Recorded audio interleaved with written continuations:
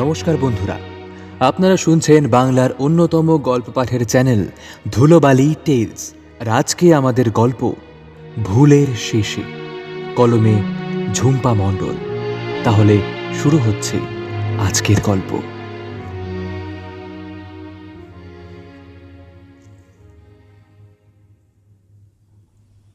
হংসরাজ হোটেলের ম্যানেজার শুভঙ্কর বাবুর বেশ বয়স হয়েছে, তবুও হোটেলের সমস্ত অতিথিদের ভালো মন্দের খোঁজ খবর নেওয়া, তাদের প্রতি তিনি প্রতিদিন নিজের থেকে অনুগত্য জানাতে ভোলেন না।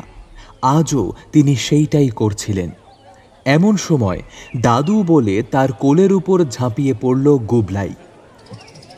ম্যানেজার বাবু ভীষণ খুশি হয়ে গুবলাইকে আদর করে সামনে তাকিয়ে দেখলেন সীমন্তিনী দাঁড়িয়ে মিঠি মিঠি হাসছে। মেয়েটার মুখটা আজ আরও উজ্জ্বল লাগছিল। দেখেই বোঝা যাচ্ছে নিশ্চয়ই কিছু খুশির খবর দিতে এই অসময় আগমন তাদের। শুভঙ্করবাবু হাসি মুখে ক্যাশ কাউন্টার থেকে বেরিয়ে আসতেই সীমন্তিনী এসে প্রণাম করল, সঙ্গে তার বর কৌশিক। দুই হাত বাড়িয়ে আশীর্বাদ করলেন ম্যানেজার। আরে আরে, কি হলো বলো তো হঠাৎ? আবার এই প্রণাম টোনাম কেন? সীমন্তিনী মৃদু স্বরে বলল, আমরা কাল সকালেই কলকাতায় যাচ্ছি কাকু। ম্যানেজার শুভঙ্কর বাবুর চোখ দুটো উজ্জ্বল হয়ে গেল। সীমন্তিনী মৃদু হেসে বলল, আজ দুপুরে বাপি ফোন করেছিল। শুভঙ্কর বাবু অবিশ্বাসের ভঙ্গিতে তাকিয়ে পরে একটা স্বস্তির নিঃশ্বাস ফেললেন, বললেন, যাক, তাহলে বাবা প্রায় 6 বছর পরে মেয়ের কথা মনে পড়ল তাদের। সীমন্তিনী হালকা হেসে মাথা নিচু করে নিল। কৌশিক এবারে সহজাত ভঙ্গিতে বলল, কাকু কয়েকদিন ছুটির জন্য, তাই একটু, আসলে বুঝতেই তো পারছেন, দেখছেন, আপনার অসুবিধা হবে না তো? ম্যানেজার শুভঙ্কর বাবু কৌশিকের কাঁধের উপর হাত রেখে আশ্বাসের ভঙ্গিতে বললেন, আরে কি কি বলছো বলো তো? তোমরা মিলে মিশে সুখে থাকো, এইটাই তো প্রার্থনা করে এসেছি চিরটা কাল। তাছাড়া আজ এই পরম আনন্দের দিন। নাও নাও নাও, প্রায় তুমি এই দিন 15 ছুটি নাও, ঘুরে এসো শ্বশুর বাড়ি থেকে।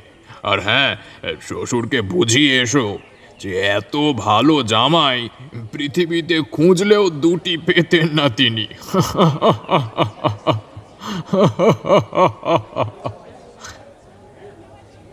এই কথা শুনে কৌশিক লজ্জায় মাথা নিচু করে নিল।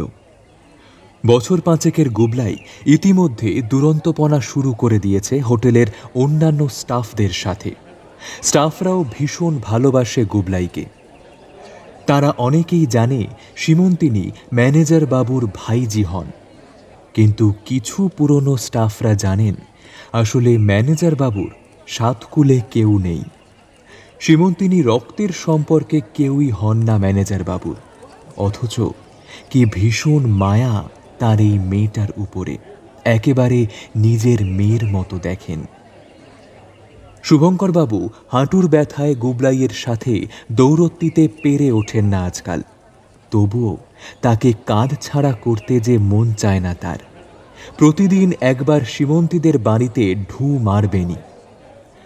আজ গুবলাই চলে যাবে ভেবে তাকে দাদু ভাই বলে জড়িয়ে ধরে আদর করতে করতে শুভঙ্কর বাবুর চোখে জল চলে এলো। সেই দিনটার কথা মনে পড়ল যখন তিনি তার একমাত্র মেয়েকে অন্য ছেলের সাথে ভালোবেসে প্রেম করে অন্তঃসত্ত্বার শাস্তি হিসেবে প্রচণ্ড রাগে চড় মেরেছিলেন। মেয়ের অঝোর ধারার কান্না তার রাগকে দমাতে পারেনি। তিনি ভীষণ রাগে দরজায় শেকল টেনে বেরিয়ে গিয়েছিলেন মেয়েকে আটকে রেখে। পরের দিন সকালে সেই দরজা ভেঙে দেখেছিলেন মেয়েকে তিনি আটকাতে পারেননি। গলায় দড়ি দিয়ে তার প্রেমিককে মুক্তি আর তার বাবাকে চরম অপমানের হাত থেকে বাঁচিয়ে দিয়ে গেছে।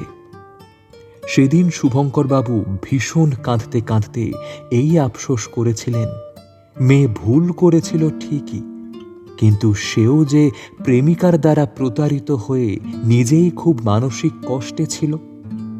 সেই সময় তার সেই অসহায় মুহূর্তে বকাবকি করলেও একটু পরে তার পাশে সহানুভূতির হাতটা বাড়িয়ে দেওয়া উচিত ছিল বাবা হয়ে। মেয়ের উপর প্রচণ্ড রাগ হলেও তার বহিঃপ্রকাশ সেই সময় না করলে হয়তো তিনি তার একমাত্র মেয়েকে চিরতরের জন্য হারাতেন না। তার স্ত্রীও এই ঘটনার পরে বেশি দিন বাঁচেননি। সংসারটা তছনছ হয়ে গিয়েছিল। সব ভুলেরই সংশোধন হয়, শুধু তার পাশে থেকে একটু সময় দিতে হয়। নিজের প্রতি অনুশোচনায় যখন 20 বছর ধরে প্রতিদিন দগ্ধ হচ্ছিলেন, সেই সময় একটি অল্প বয়সী মেয়েকে তার হোটেলের ডাইনিং স্পেসে সেই সন্ধ্যা থেকে রাত 10টা পর্যন্ত অসহায়ভাবে চুপচাপ বসে থাকতে দেখেছিলেন। দেখা মাত্রই চিনতে পেরেছিলেন যতদূর সম্ভব মেয়েটি গতকাল রাত্রে তার স্বামীর সঙ্গে খুব সংকোচের সাথে এসেছিল হোটেলে। ম্যানেজার ভেবেছিলেন হানিমুন বুঝি, 3 দিনের জন্য ঘর বুক করা ছিল ওনাদের নামে। ম্যানেজার বাবু যেহেতু সমস্ত কাস্টমারদের ভীষণ দায়িত্ব সহকারে দেখাশোনা করেন, সেই কারণে মেয়েটিকে ওইভাবে চিন্তিত মুখে বসে থাকতে দেখে তার কাছে গিয়ে জিজ্ঞাসা করেন, মা, কিছু সমস্যা হয়েছে? নাম কি তোমার মা? মেয়েটি তার দিকে বড় বড় চোখ মেলে বলেছিল, সীমন্তিনী সীমন্তিনী সেনগুপ্ত। মেয়েটির মাথায় সিঁদুর, হাত ফাঁকা।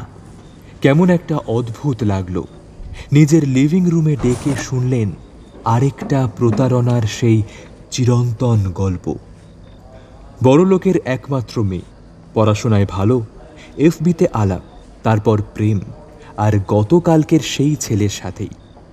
ছেলেটিকে ভীষণ ভালোবেসে ফেলেছে মেয়েটি, কিন্তু ছেলেটির সাথে তাদের পরিবারের স্ট্যাটাস ম্যাচ হবে না বলে বাড়িতে মেনে নেয়নি এই সম্পর্ক। মেয়েটির বাবা বিশাল বড়লোক, কলকাতায় মস্ত বড় ব্যবসায়ী। সীমন্তিনী একমাত্র মেয়ে, বাড়িতে কিছুদিন আটকে রেখেছিল তার বাবা। গত পরশু সে বেরিয়ে এসেছে ছেলেটির হাত ধরে। মন্দিরের সামনে সিঁদুর পরিয়ে দেয় ছেলেটি, তারপর এই হোটেল। ভোরের দিকে ছেলেটি হঠাৎ মেয়েটিকে সঙ্গে করে যে গয়না আর টাকা পয়সা আনতে বলেছিল সেটা দেখতে চাইল। মেয়েটি অপ্রস্তুতভাবে জানায় যে সে বিশেষ কিছুই সঙ্গে আনেনি, লজ্জায়। তাছাড়া কি হবে টাকা পয়সার, একটু পরেই তো শ্বশুরবাড়ি নিয়ে যাবে ছেলেটি, তেমন কথাই তো হয়েছিল। তাই সে শুধু বাড়িতে চিঠি লিখে জামাকাপড়ের লাগেজ নিয়ে বেরিয়ে এসেছে ভীষণ ভরসায় ছেলেটির হাত ধরে, সারা জীবন একসঙ্গে থাকার উদ্দেশ্যে। তখন ছেলেটি হতবাক হয়ে রেগে গিয়ে যা নয় তাই বলতে থাকে মেয়েটিকে। সেই মুহূর্তে সীমন্তিনীর চোখের সামনে থেকে একটা রঙিন পর্দা আস্তে আস্তে সরে যাচ্ছিল। সে প্রতিবাদ করায় জোরে থাপ্পড় কষিয়ে দেয় ছেলেটি। ছেলেটি বুঝিয়ে দিয়েছিল তার আসল রূপ। স্বাভাবিকই এতদিন ধরে একটা বড় লোকের মেয়েকে নিজের টোপে ফেলে ধরল, আর এখন নিটফল 0। সালা সালা শ্বশুরবাড়ি করে পাগল হয়ে গেছে। তাহলে সেই স্বপ্নে টাকা পয়সা গয়না কি সব আনতে নেই? এমনিতেই এই হোটেল ভাড়া করতে কম খরচ হয়েছে তার। যত সব। ভেবেছিল নিয়ে আসা টাকা পয়সা দিয়ে কিছুদিন ফুর্তি করে ভাড়া বাড়িতে তুলবে, তারপর মেয়েটাকে তার বাপের বাড়ি নিয়ে গিয়ে হাতে পায়ে ধরে জাস্ট ছুঁচ হয়ে ঢোকার অপেক্ষা, তারপর সারা জীবন পায়ের ওপর পা তুলে খাওয়া। কিন্তু না, সব কিছুতে জল ঢেলে দিল মেয়েটা। এত ন্যাকামো দেখে ঝাঁট জ্বলে যায়। থাক তুই একা, আমি গেলাম। এই বলে তাই সকাল হতে না হতেই সে উধাও মেয়েটিকে অচেনা জায়গায় একলা ফেলে। সন্ধ্যা পর্যন্ত মেয়েটি অপেক্ষা করেছিল ছেলেটির ফিরে আসার। ফোন করছে, সুইচ অফ বলছে। এখন তার কি করণীয় বুঝতে পারছিল না। বাড়ি ফেরার রাস্তাও যে সে চিরতরে বন্ধ করে এসেছে। মেয়েটির কাছে ৫০ টাকা, নিজের জামাকাপড় আর সার্টিফিকেট ছাড়া আর কিচ্ছু নেই। যদিও ছেলেটি ৩ দিনের অগ্রিম ভাড়া দিয়ে হোটেল রুমটা বুক করেছিল, তাই ৩ দিন সে এখানে আপাতত থাকতে পারবে। মানসিকভাবে ভেঙে পড়লেও সেটা প্রকাশ করার উপায় নেই তার। কার কাছে করবে প্রকাশ? তাই ভিতরে ভিতরে ভীষণ ভেঙে পড়লেও সে কি করবে বুঝে উঠতে পারছিল না। বাস্তব অভিজ্ঞতায় মুখ থুবড়ি খেয়ে পড়েছিল তার ভালোবাসা, বিশ্বাস। তাই শুভঙ্করবাবু যখন তাকে ভালোবেসে জিজ্ঞেস করলেন, তখন অসহায়ভাবে ঝরঝর করে কেঁদে ফেলেছিল মেয়েটা। ঠিক সেদিনের মতো, তার নিজের মেয়ের মতো। মেয়েটার কান্না দেখে শুভঙ্করবাবুর বুকটা যেন মোচড় দিয়ে উঠেছিল। তিনি ভালোভাবে মেয়েটির মুখের দিকে তাকালেন। কি নিষ্পাপ মুখটা! দেখলেই বোঝা যায় আভিজাত্যের ছাপ স্পষ্ট। ভালোবেসে এমন ভুল সন্তানরা করে থাকে, না, আর ভুল হতে দেবেন না তিনি। মেয়েটিকে আশ্বস্ত করেন তিনি। আপাতত ওই রুমে থাকার ব্যবস্থা করে দেবেন তিনি, মালিকের সাথে কথা বলে। মালিক তার কথা ফেলতে পারবে না। অত্যন্ত পুরনো আর বিশ্বস্ত ম্যানেজার তো তিনি। ওই ছেলেটি অবশ্য ২ দিন পরে ওই হোটেলে এসেছিল। একটু আফসোস হচ্ছিল তার। সোনার ডিম পাড়া হাঁস হাতছাড়া করতে চায়নি হয়তো। সেদিন মাথাটা গরম না করলেই হতো। কিন্তু সেদিনের ব্যবহার আর চরের কথা ভোলা সম্ভব ছিল না সীমন্তিনীর। আগুন চোখে হোটেলে সবার সামনে সজোরে চড় মেরে নিজেই কেঁদে ফেলেছিল সীমন্তিনী। এইভাবে নিজের জীবনটাকে শেষ হয়ে যাবার কষ্টে তবুও কি বিশ্বাসঘাতককে মেনে নেওয়ার তাগিদ অনুভব করেনি সে একবারও। এরপর ম্যানেজার শুভঙ্করবাবু হোটেলে মেয়েটিকে একটি কাজ দিলেন রিসেপশনিস্টের। সীমন্তিনীকে নিজের বাড়িতে মেয়ের ঘরে থাকতে দিলেন শুভঙ্করবাবু। তবে সীমন্তিনী কখনোই বেশি কথা বলতো না, চুপচাপ কাজ করে যেত। চুপচাপ মন খারাপ করে থাকতে দেখলে ম্যানেজারবাবু তার বাড়িতে ফোন করতে বললেও সে করতে চাইতো না। হয়তো ফিরে যাবার আর মুখ ছিল না তার সেই ভেবে। সমস্যা বাঁধল যখন পরের মাসে সীমন্তিনী বুঝল যে সে প্রেগনেন্ট। তখন ভীষণভাবে ভেঙে পড়েছিল মেয়েটি। এখন সে কি করবে, কোথায় যাবে, তার পুরনো প্রেমিককে জানাতে মন চাইল না। ম্যানেজারবাবুও শুনে পড়লেন আতান্তরে। সীমন্তিনীর মানসিক অবস্থা দেখে চিন্তায় পড়লেন তিনি। এরপর একদিন হোটেলের ছাদের একদম ধারের কার্নিশে সীমন্তিনীকে রাত্রে একা দাঁড়িয়ে থাকতে দেখে হোটেলের স্টাফ কৌশিক তাকে ধরে ফেলে। হয়তো সীমন্তিনী সুইসাইড করতে যায়নি, কিন্তু বেঁচে থাকার ইচ্ছেটা তার একেবারেই শেষ হয়ে গিয়েছিল। কিছুদিন পরে সীমন্তিনী আবার বাঁচার রসদ পেয়েছিল, যখন কৌশিক সব জেনে শুনে ওকে বিয়ের প্রস্তাব দিল। কৌশিক খুব বেশি দূর পড়াশোনা জানে না, সামান্য একজন হোটেল স্টাফ। তেমন কোনো বংশগরিমা তার নেই। গিটার বাজানো ছাড়া তেমন কিছু আলাদা গুণও তার নেই। কিন্তু তার বিশেষ গুণ একটাই, সে ভালোবাসতে পারে ভীষণ রকম। এছাড়াও সৎ আর ভালো ছেলে। কিছু কিছু মানুষ থাকে যাকে চোখ বন্ধ করে বিশ্বাস করা যায়। কৌশিক ঠিক তেমনই। শুভঙ্করবাবু রেজিস্ট্রি অফিসে উপস্থিত ছিলেন। খুব খুশি হয়েছিলেন যখন দেখেছিলেন এতদিন পরে সীমন্তিনীর চোখে মুখে উজ্জ্বলতা, আর কৌশিকও যেন হাতে চাঁদ পেয়েছিল। যদিও তার বিধবা মাকে বোঝাতে একটু সময় লেগেছিল, তবুও সে হাল ছাড়েনি। গুবলাইকে কৌশিক নিজের সন্তান ছাড়া কখনো অন্য চোখে দেখেনি। গুবলাই সারা জীবন ওদেরই সন্তান হয়ে থাকবে। সে তার জন্ম রহস্য কোনো দিন হয়তো জানবে না। এইটা মনে করে একরকম মনে মনে তৃপ্তি পান শুভঙ্করবাবু।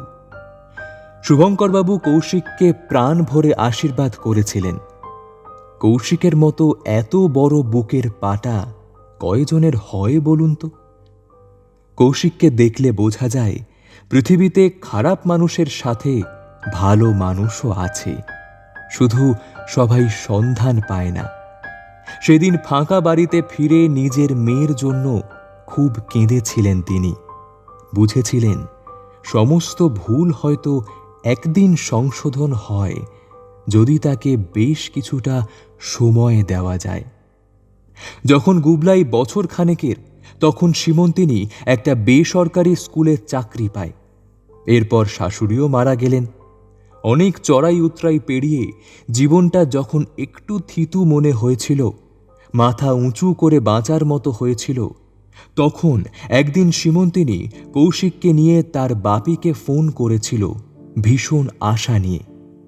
কিন্তু মেয়ের গলা শুনে ফোন রেখে দিয়েছিলেন সীমন্তিনীর বাবা। হয়তো সীমন্তিনী যে ভুল করেছিল তার কোনো ক্ষমা হয় না, সেটাই বুঝিয়েছিলেন মেয়েকে। এক বুক কষ্ট নিয়ে সীমন্তিনী ফোন রেখে দীর্ঘশ্বাস লুকিয়েছিল কৌশিকের সামনে। তবুও কৌশিক কেন জানি না সীমন্তিনীকে বুকে টেনে মাথায় হাত বুলিয়ে দিয়েছিল সেদিন। আর কোনোদিন ভুলেও বাপের বাড়ির ফোন করার কথা তোলেনি সীমন্তিনী। কিন্তু ইদানিং এফবিতে সীমন্তিনীর খুড়তুতো বোনের সাথে বন্ধুত্ব হওয়ায় সেখান থেকেই সীমন্তিনীর বাবা মা নাতির মুখে মেয়ের আদল দেখে হয়তো নিজের আবেগকে আর সামলাতে পারেননি। আসলের থেকে সুদের দাম বেশি, এই জন্যই মনে হয় এই কথাটা প্রচলিত। সীমন্তিনীর বাপের বাড়িতে সবাই জানে কৌশিকই সেই যার সঙ্গে সীমন্তিনী ঘর ছেড়েছিল। শুভঙ্করবাবু ভাবলেন দেরিতে হোক, তবুও তো বুঝেছেন। কৌশিক আর সীমন্তিনী গুবলাইকে নিয়ে হোটেল থেকে বের হবার সময় শুভঙ্করবাবুর বুকটা যেন কেমন করে উঠল। অথচ তিনিই তো চেয়েছিলেন যে সীমন্তিনীর বাবা মেয়ের সব ভুল ক্ষমা করে দিয়ে মানিয়ে নিক। তবুও আজ তার চোখে জল চলে এলো। মনে হলো সীমন্তিনীর বাবার একটাই মেয়ে, জামাইকে ব্যবসার সব দায়িত্ব বুঝিয়ে দিয়ে যদি আর ফিরতে না দেয় তাদেরকে। এই কথা মনে আসতেই অসহায়ের মতো রুদ্ধস্বরে শুভঙ্করবাবু বললেন, মারে, আপন বাপটাকে পেয়ে এই এই এই বুড়ো বাপটাকে যেন ভুলে যাস না মা, ভুলে যাস না।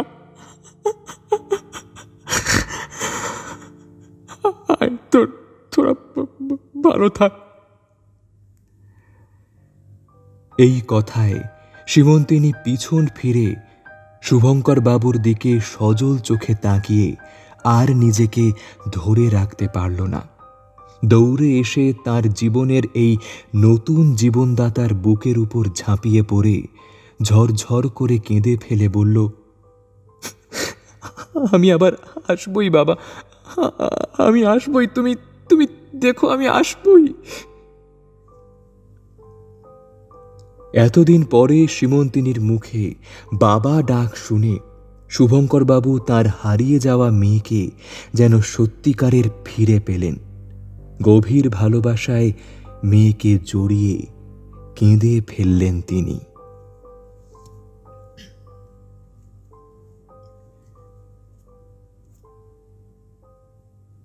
শেষ হলো আজকের গল্প ভুলের শেষে, কলমে ঝুম্পা মণ্ডল।